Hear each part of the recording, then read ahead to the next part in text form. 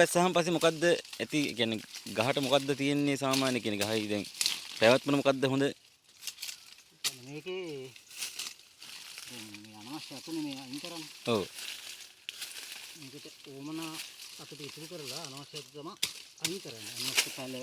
ඔව්. පඳුර සුද්ධ කරන එකයි. ඔව්.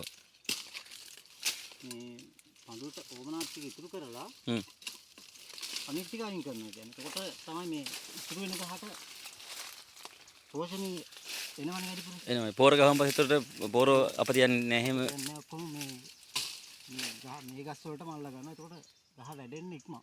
ඔව් අනවශ්‍ය ගස් කියන්නේ මොන වගේ සාමාන්‍ය ගස්ද? අනවශ්‍ය කියන්නේ දැන් පඳුර ගත්තොත් මෙන්න මෙතන ගත්තොත් මේ ගහන දැන් අපි කුරුළු ගහ කපනවානේ. ඔව්. කුරුළු ගහ කැපුවට පස්සේ මේක ඉන්නවනේ කොණ්ඩි ගොප්පිලි කියලා කියනවා කොණ්ඩි කියලා කියනවා. ඔව්. ඒකෙත් මේ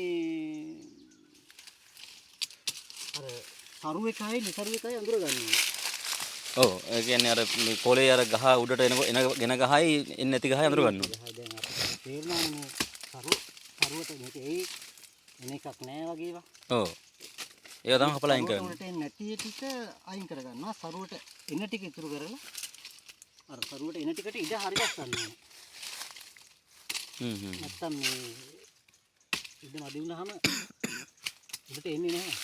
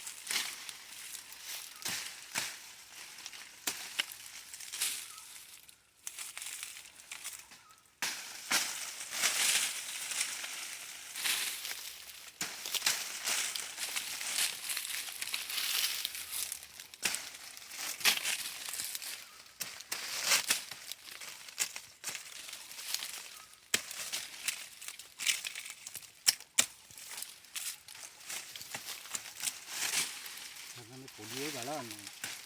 පොඩි අතු නේද? පොඩි අතු ගලව පොඩි අතු නෙමෙයි. චූටි පැල. චූටි රෙවිලි තියෙන එක සරු වෙන්නේ. සරු වෙන්නේ නැහැ නේ. පොඩියටම එහෙමම ඇට වෙලි තියෙන එකක් එන්නේ නැහැ.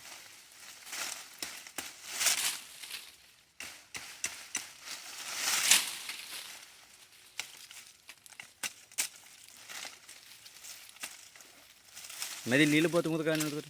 මැදින් ලීල පොතු. මැදින් ලීල පොතු අයින් කරන්න. ඒවත් ගලවන්න පුළුවන් නම් හොඳයි. අර පොඩ්ඩක් යටින් පිපාරක් ගහලා. ඔව්. ගලවන්න. එතකොට ගැලුවේ නැත්තම් මොකද කරන්නේ? එතනින් ආයෙ පොඩි කොණ්ඩියක් එනවා. ඒක එන්නේත් නෑ උඩට. උඩට යයි කියලා හිතන සරුව අතු මේ වගේම ඉතුරු කරාට කමන්නේ.